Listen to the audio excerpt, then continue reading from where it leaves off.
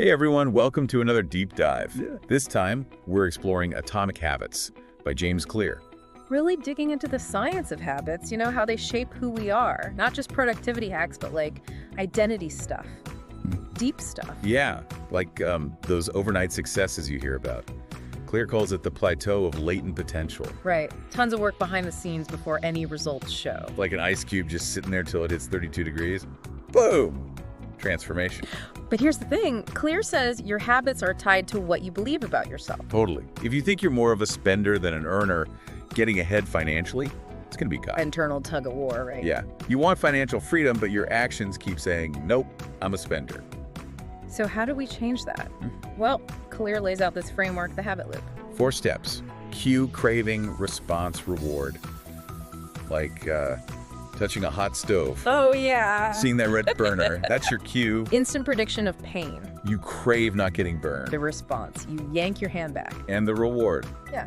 Not being a crispy critter. Our brains are prediction machines, huh? Constantly, like museum curators who spot a fake just from a tiny detail, or a paramedic who knows it's a heart attack instantly. But that autopilot can lead to mistakes too, right? Oh, absolutely. Like packing for a trip. You've done it a million times. You're on autopilot, zoom, zoom, zoom, and then you've forgotten something crucial. Awareness is key. Okay. Okay. So we know our habits good and bad.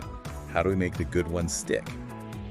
Clear says we got to make them attractive, almost irresistible. Dopamine's the star here. It's the anticipation, the excitement, not just the reward itself, like slot machines. Oh yeah, people aren't just pulling that lever for the maybe win, it's that anticipation. Hundreds of times an hour, just for that dopamine hit. And there's temptation bundling. Link something you need to do with something you want to do. Smart, right? Watch your favorite show only after you finish that report. Suddenly that chore's the gateway to fun. Like the Polgar sisters' chess prodigies. Their dad made chess their world. Totally engrossed, and they thrived. Shows the power of culture. We imitate those around us. Like that experiment where people had to judge the length of lines. Right. Everyone but one person gave the wrong answer on purpose. And that one person. They started doubting themselves even though they knew it was wrong. Conformity is powerful, even when we know better. So we've made good habits tempting. But how do we make them easy? Clear says start small, ridiculously small. Reduce friction. Make it so simple you can't not do it. 1 page instead of a whole chapter. 2 minutes of meditation instead of 20. Tiny wins build momentum. Like Victor Hugo, he had his assistant lock up all his clothes except for a shawl. To force himself to write. Yep. Make the bad habit hard, success follows. Clear also mentions one-time choices that automate good stuff. Like setting up automatic saving. Or using meal prep services, so healthy eating's a no-brainer. It's like putting your goals on autopilot. But he does warn about technology too, right? Those super convenient apps. Double-edged sword, they can make us slaves to instant gratification. Binge watching, endless scrolling. We gotta be mindful, set boundaries, use tech to support our goals, not derail them. This is awesome. But how do we make good habits satisfying? So we actually want to keep doing them. That's the 4th law, make it satisfying. Our brains love immediate rewards, so tap into that. We got to make those good habits feel good in the moment. Can't always be about delayed gratification. Exactly, like those ding sounds in video games. Little bursts of reward that keep us hooked. How do we get those dings in real life? Simple things. Habit tracking. Move a paperclip, mark a calendar, anything to visualize progress. Like building a chain you don't want to break. Right. And it shifts your focus to the process, not just the end goal. Takes the pressure off. But what about getting obsessed with the numbers? Clear brings up Goodhart's law. Yeah. When a measure becomes a target, it stops being a good measure. You can get so fixated on the metric that you miss what truly matters. Like hitting 10,000 steps, even if it means less sleep or time with loved ones. The numbers are helpful, but they shouldn't run your life. Step back, ask yourself, are these numbers really what I should be aiming for? So we've got habit tracking, we're staying mindful of the bigger picture. What about accountability? Game changer. Having that outside support, maybe some consequences too, it helps you stay on track. Clear tells that story about Roger Fisher, the negotiation expert. Worked on huge things like nuclear disarmament talks. Talk about pressure. And he noticed that immediate consequences were more likely to influence behavior. Led to the idea of a habit contract. Formal agreement with someone else holding you accountable. You outline the habit, the actions, the consequences if you fail. Maybe you donate to a cause you don't support or treat your friend to lunch. Whatever works. And you get people to sign it with you, like your accountability partners. We care what others think. Might as well use that for good. Clear shares the example of Brian Harris. An entrepreneur who used a habit contract to lose weight. Missed his targets, had to pay his trainer or his wife. Now that's motivation. Wow, we've covered so much in this first part of our deep dive into atomic habits. The habit loop, starting small, temptation bundling, even accountability barely scratched the surface. There's tons more to explore, like how our personalities affect our habits and why reflection is so important. Definitely. Stay tuned for part 2, where we'll dig even deeper into atomic habits and give you more strategies for building the life you want. But first, a word from our sponsor, The Growth Reads.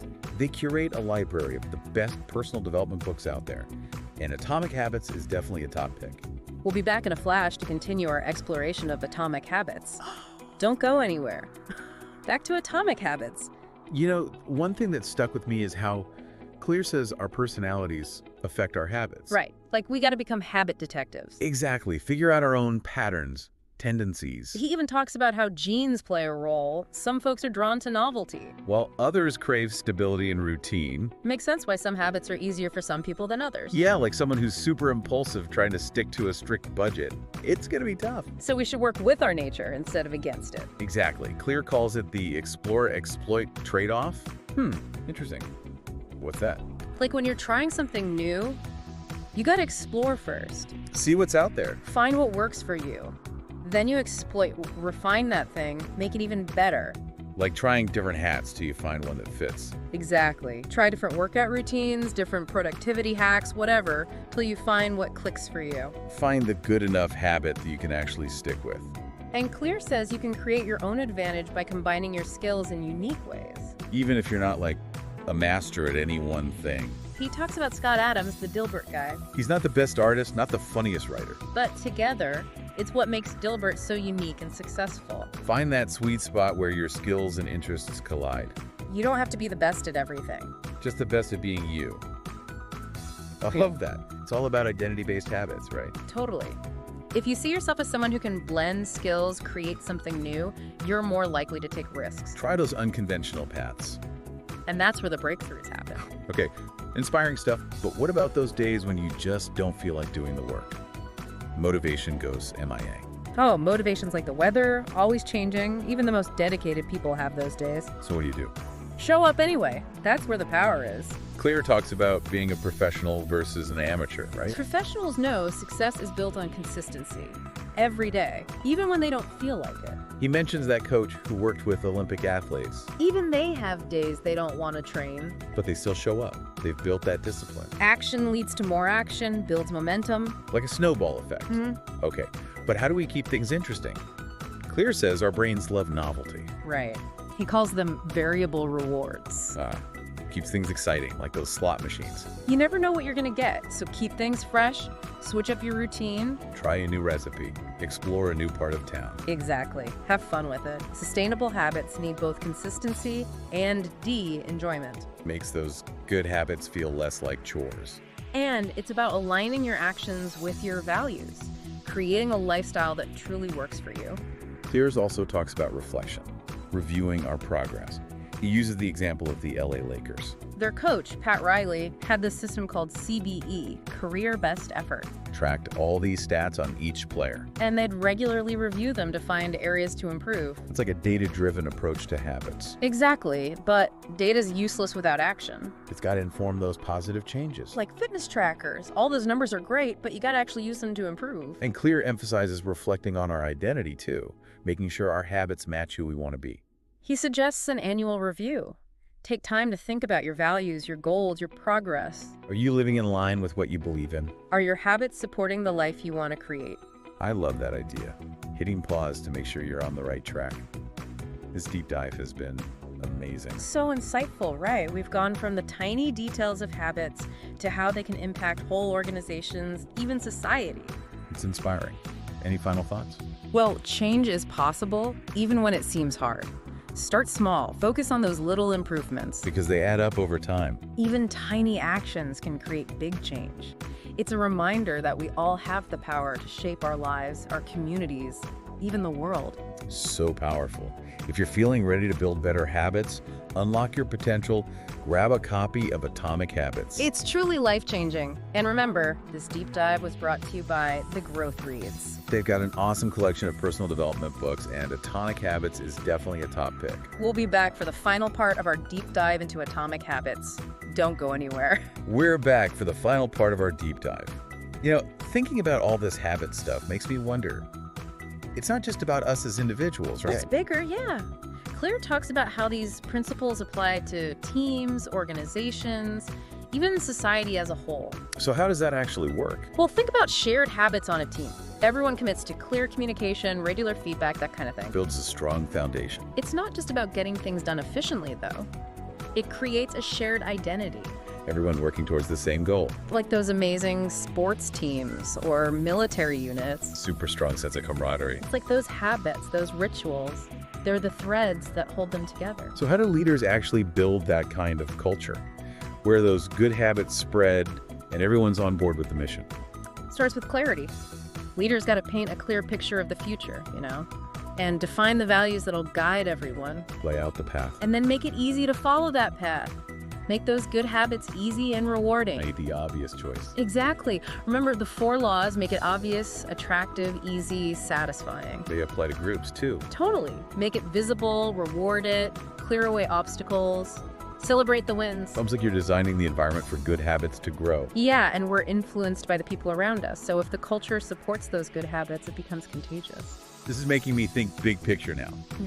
What if we applied this to, like, climate change, poverty, those huge issues? It can feel overwhelming, yeah. But remember, small changes add up. Like, instead of going zero waste overnight, just encourage small, sustainable steps. Celebrate those wins, even the little ones. We're social creatures. We want to be part of the group. Mhm. So if being eco-friendly is the norm, it's easier to join in. This has been a pretty wild ride, huh? It really has. From the inner workings of our brains to changing the world, it's inspiring. Any final thoughts? I think the biggest takeaway is this: change is possible.